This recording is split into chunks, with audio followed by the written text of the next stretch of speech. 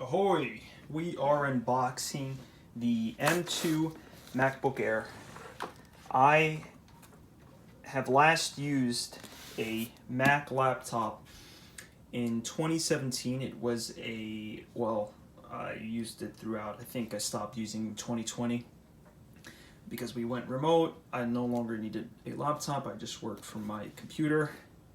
But I've used a 2017, I believe it was late or early or mid 2017 MacBook Pro 13-inch without the touch bar, complete base model. So 8 gigs of RAM, it had that i5, and it was horrible. I remember since day one, it would overheat, the fan would get really loud, again, it would get uncomfortably hot to the touch.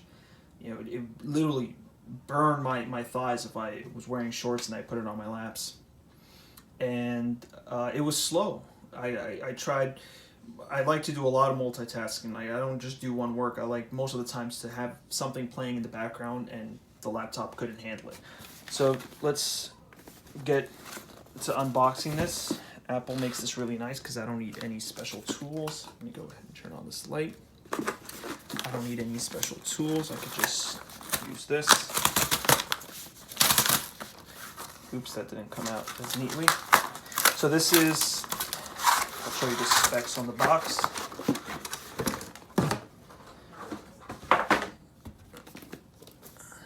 So it is, where are the specs? Does this not say the specs? Maybe they changed up their boxes, because there used to be another sticker here that showed you your specs. And as you can see, that's not there. I guess they're changing. Oops. I guess they're changing up the boxes. And there was another controversy with them reusing some of the boxes.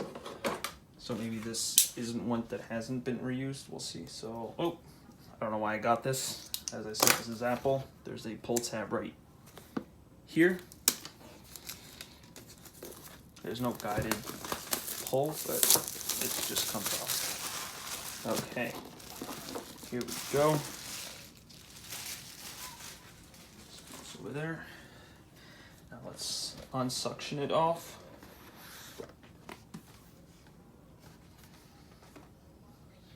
And this is going to be the first time I'm looking at the redesigned MacBooks.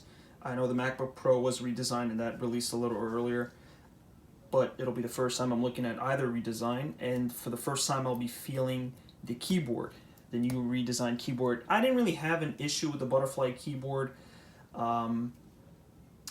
But funny story, I had an issue with the trackpad. My trackpad on that laptop just stopped working, randomly stopped working. I took it to the Apple store, and they said, at first, they said, all right, looks like this is going to have to get repaired. It's going to cost you like $600 to get the trackpad replaced. Luckily, he talked to someone else, and that person said, you know what? Right now there's sort of a free program to replace the keyboard. When they replaced the keyboard, they actually they not only replaced the keyboard, but they replaced the entire bottom sort of unit of the keyboard of the laptop. So it's the entire bottom chassis part that includes the trackpad. So when you get your keyboard service for the free service to replace the keyboard, what they're actually doing is just replacing the entire top unit. And he's like, that you could do that. I said, great, can we do that? He said, well, your keyboard is still working, so I can't really use it as an excuse. So what I did, I got home, I got some crumbs, I got some little pieces of paper, stuck it in the keyboard, and then it wasn't working, and then I brought it back and they repaired it. So I thought that was funny. So here it is. Let's pull this out. Okay, so weight-wise, it feels heavy because it's so thin. It feels heavy, but I guarantee if I compare it to my MacBook Pro, it will feel lighter. Here's the branded, what do they call this, MagSafe? But I probably won't be using this just because I have an iPad, and it's just easier to take one USB-C charger rather than two. And again, my specs aren't listed anywhere on here, so this is kind of weird. So there's stickers in here, manual. Here's the upgraded 67-watt charger that I decided to get for fast charging. I guess I could have went with the dual one to charge my iPad and my phone, or I'm sorry, the laptop and my phone, or the laptop and my iPad. But I felt like, you know, I want to get that fast charging. So that's all that comes in the box. Again, my specs, I guess I'll just tell you it now. I got the 16 gigabytes of RAM, which I think is standard, and I got the 512 gigabyte, just because the 256 from experience of the base model, even though I tell myself I'm not going to use it, I just naturally end up using it and it gets filled up. Here we go.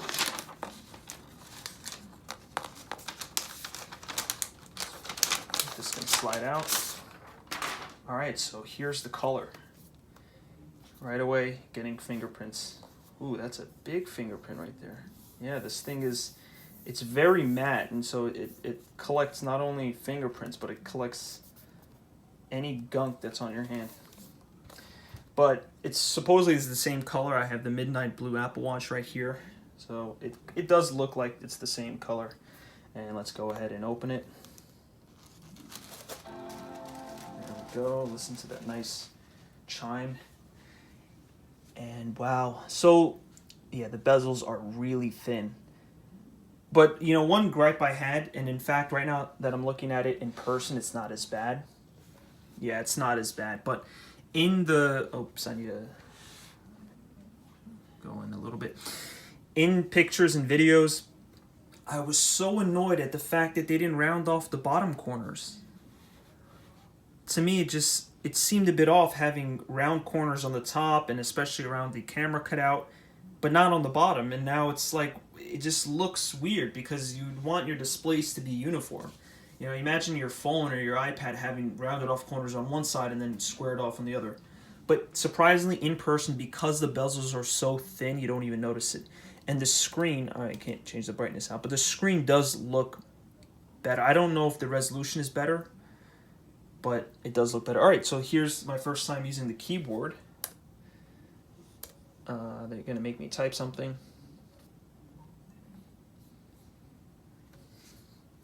All right, let's just get through the setup, and then I'll do a typing test. United States. The trackpad feels... It does feel a little bit different. Okay. Not now. All right, so here's the typing test. I'll connect to my Wi-Fi. Okay, not a big difference. There is a bit of travel. To be honest, it feels more membrane-y, and you know, I don't use membrane keyboards at all. I have mechanical switches for every keyboard that I've used in the past. What, like 5, 6, more than that, like 7 years. But yeah, it does feel a little bit more membrane-y, which, you know, I kind of prefer the butterfly switches better, because that one, the membrane was so short that it almost felt like a really, really shallow mechanical switch. But this one just feels a bit more like it's obvious you're clicking into rubber. Let's not do this. All right, so I need to increase the speed. This feels a bit slow. So let me just go ahead. Actually, you know, we'll just end the video here. So some things, of course, that I'm going to get that are going to be completely new to me is there's no fan. So this thing is silent. And that is something that I think is going to shock me. Second is the battery life. The battery life, supposedly on Apple's own chips, really great. So that's going to be a huge improvement from the Intel units. Of course, it's going to be a lot faster, a lot snappier. And I'll tell you one thing about the other one, but let me just say about things that I would like to see in this. Also, there's a fingerprint switch, so that's going to be nice, even though for my other laptops I don't put a password, but I guess now I might do just for security, and I'm going to start obviously working on this. And I think that's pretty much it. The speed, the battery, and the quietness and the heat. Of course, and yeah, that's another thing, the heat. This thing will stay, you know, sort of relatively cool to the touch. Again, I'm not going to be doing any video editing, photo editing, music editing, none of that. It's just going to be emails, web browsers, Excel, and some other work-related apps that don't require a lot of processing. Really quick, something about my old laptop, the MacBook Pro 2017 base model. When I would want to hook it up to a external monitor, I have a 4K 32-inch monitor right there. And what Apple's UI scaling does is it's not like Windows where it just scales up with the same resolution. What Apple does is actually they scale up your monitor. So if it was normally running on 4K, depending on what size your monitor is, in my case it's a 32-inch, it'll actually have to upscale it to like 6K. I think it's 6K. They'd have to upscale it to 6K, and then they scale it down back to fit into your screen. So the way that Apple does their scaling is very different. And so if you are wanting to plug it into an external monitor that's 4K and that's larger than obviously the resolution of your laptop, the software is going to upscale that resolution. So it's not going to be running at 4K. It might run at 5 or 6 or even 7K. And obviously that i5 could not handle it. I'd plug it into this monitor and it'll be extremely slow. Even the animations were slow, right? Minimizing a window with the animation, it would lag. And so that was really, really bad. So I'm interested to see how this performs with a 32-inch 4K monitor as the external display. So I'll have to look forward to that as well. So hope you guys enjoyed, and if you guys have any questions, let me know. Talk to you next time.